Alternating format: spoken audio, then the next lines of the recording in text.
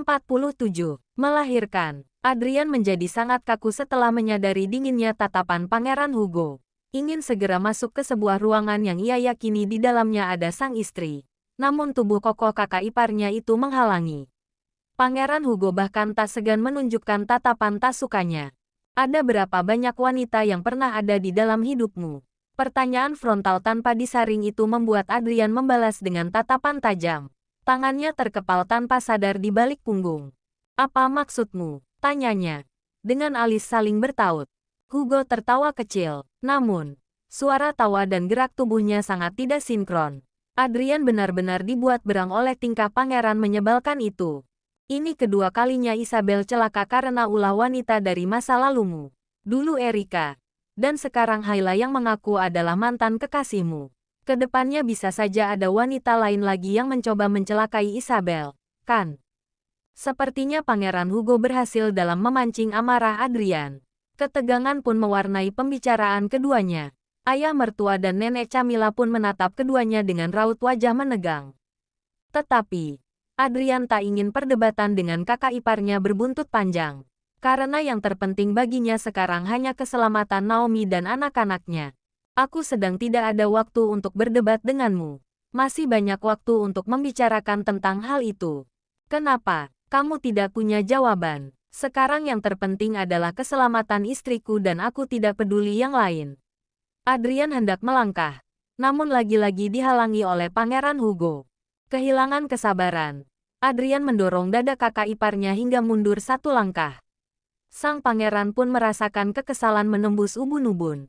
Selama ini belum pernah ada yang berani berbuat sekurang ajar itu terhadapnya. Minggir. Aku mau melihat istriku. Ujarnya. Lalu, tanpa mengindahkan ekspresi Pangeran Hugo, melangkah begitu saja. Ibu. Kenapa semakin lama rasa sakitnya semakin menjadi-jadi? Naomi sedang merebahkan kepalanya di pangkuan Ratu Helena. Sementara Ibu Iriana mengusap kepalanya yang sejak tadi terus mengeluarkan keringat. Bersabarlah, sayang. Dokter akan memberikan yang terbaik untukmu. Jawab wanita itu lembut. Ibu benar, nak. Tenanglah. Timpal sang mertua. Tapi ini sakit sekali, Ibu. Rasanya pinggangku mau patah, keluhnya. Kenapa untuk melahirkan anak harus sesakit ini? Bersabarlah. Ibu juga merasakannya saat akan melahirkanmu. Semuanya akan membaik. Tangan Naomi mengulur menyentuh lengan ibu mertuanya. Ibu, tolong panggilkan suamiku kemari. Aku membutuhkannya di sini. Mungkin dia sudah dalam perjalanan.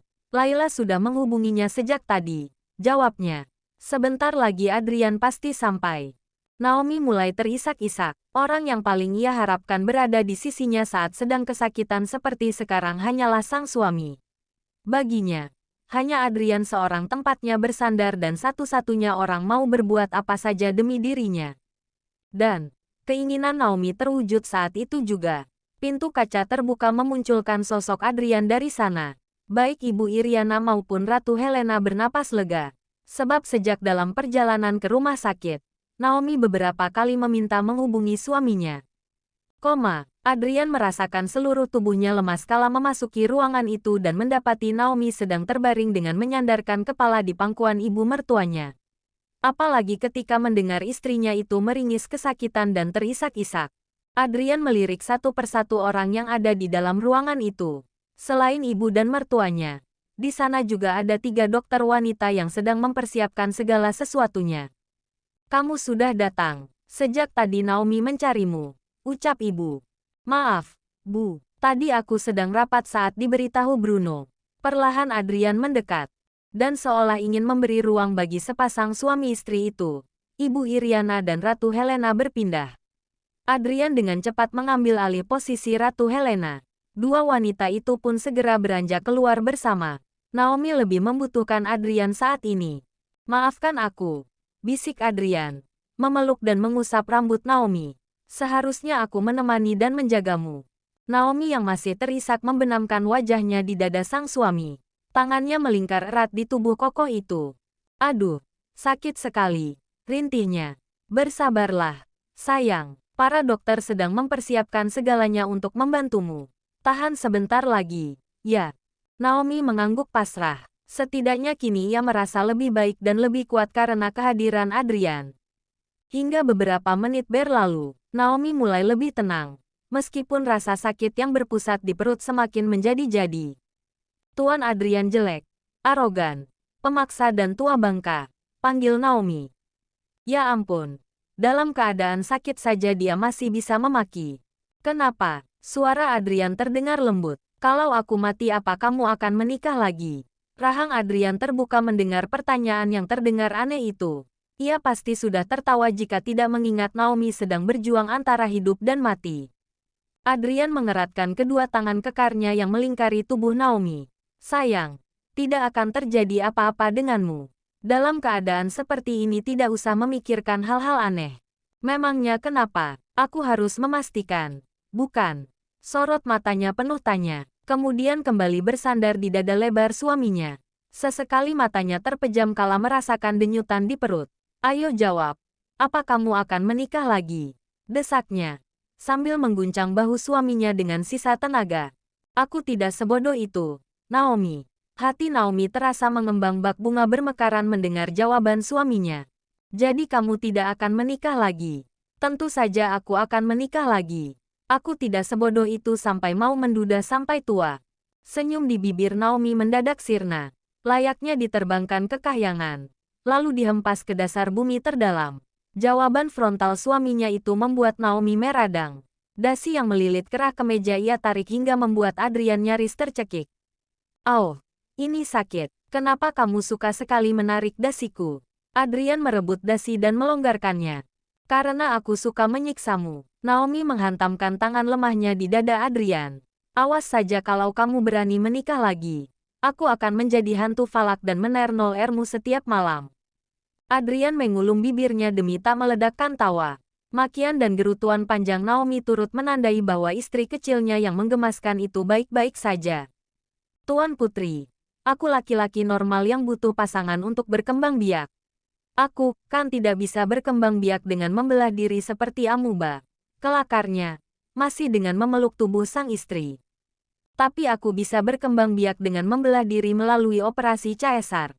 Apa itu artinya kamu sejenis amuba? Kalau aku amuba, maka hal pertama yang akan aku lakukan adalah memangsa predator sepertimu. Baiklah, sayang, setelah anak-anak lahir, aku akan memberimu kesempatan untuk memangsaku sesukamu. Makanya jangan berpikir untuk mati. Kalau tidak, maka aku akan dimangsa oleh amuba lain. Tanpa disadari oleh sepasang suami istri itu, Pangeran Hugo berada di balik pintu. Sejak tadi mengatupkan bibir mendengar pembicaraan aneh itu, Naomi sudah terbaring di ruang operasi dengan tubuh terbalut kain berwarna hijau. Kesadarannya utuh, namun ia tak dapat menggerakkan tubuhnya. Hanya sensasi dingin dan kaku yang melingkupi tubuhnya. Sementara mata sayunya terus terarah kepada Adrian. Sebelum dibawa ke ruang operasi, Naomi bersikeras meminta agar Adrian tetap menemaninya selama berada di ruangan operasi. Ia sangat takut dan khawatir, tetapi keberadaan Adrian di sisinya cukup membuatnya tenang. Adrian tak pernah meninggalkannya walau sejenak. Tangannya terus bergerak mengusap puncak kepala sang istri, dan sesekali membenamkan bibirnya di kening. Semuanya akan baik-baik saja, bisiknya pelan.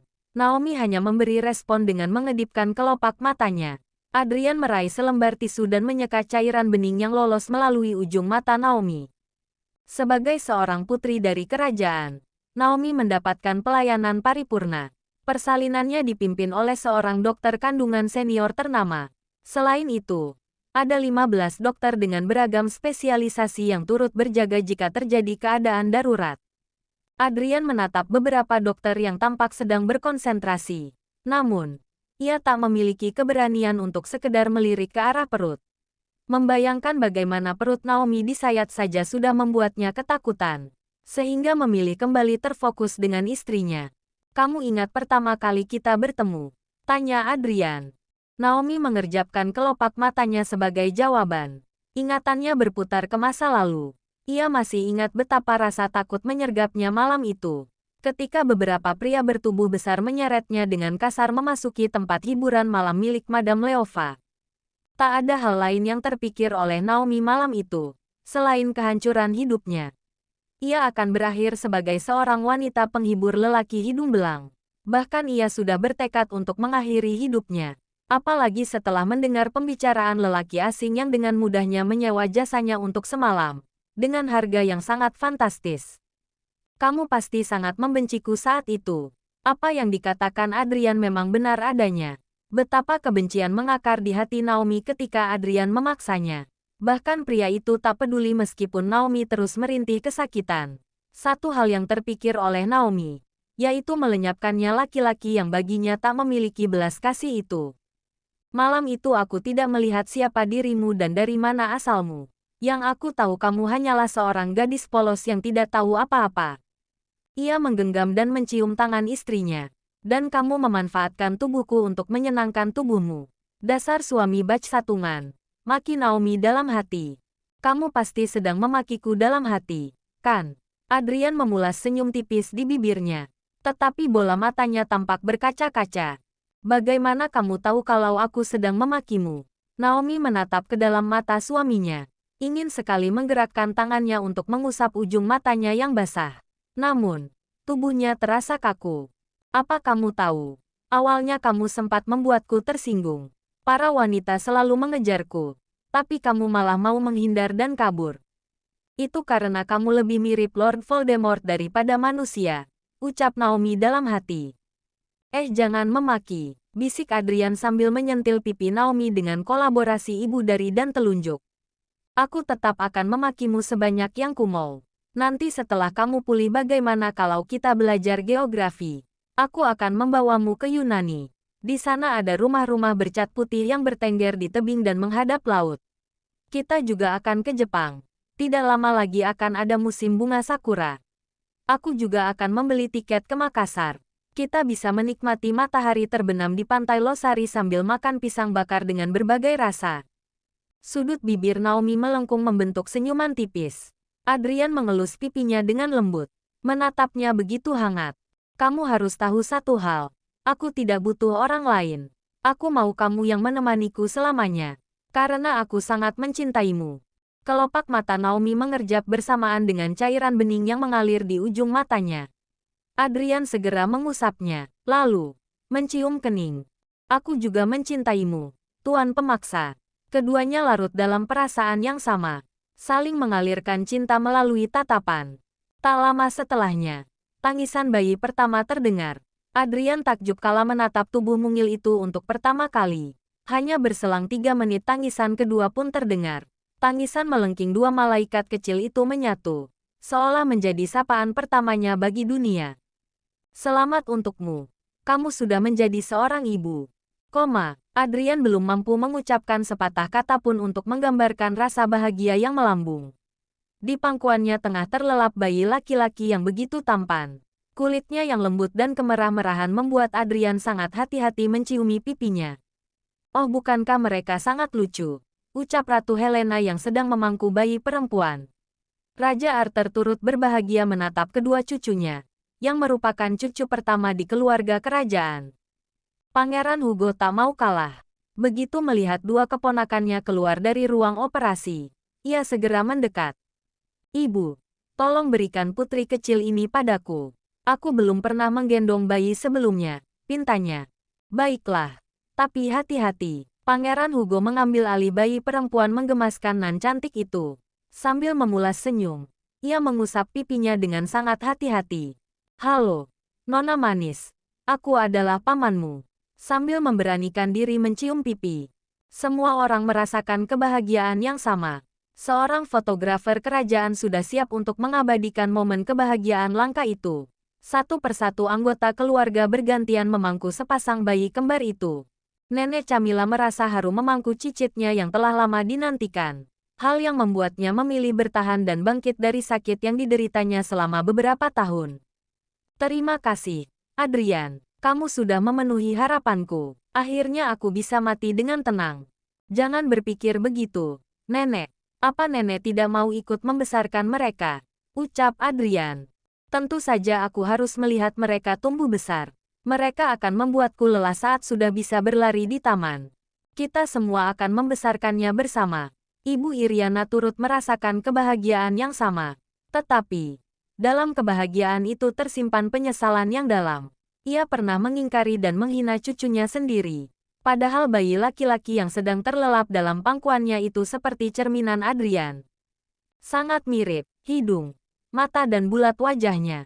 Adrian, apa sudah ada nama untuk mereka? Tanya sang ayah mertua. Belum, ayah.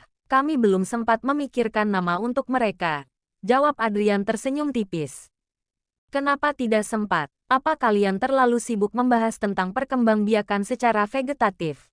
Sindiran Pangeran Hugo menciptakan semburat merah di pipi Adrian. Perkembangbiakan secara vegetatif? Tanya Ibu Ratu Helena dengan dahi mengerut.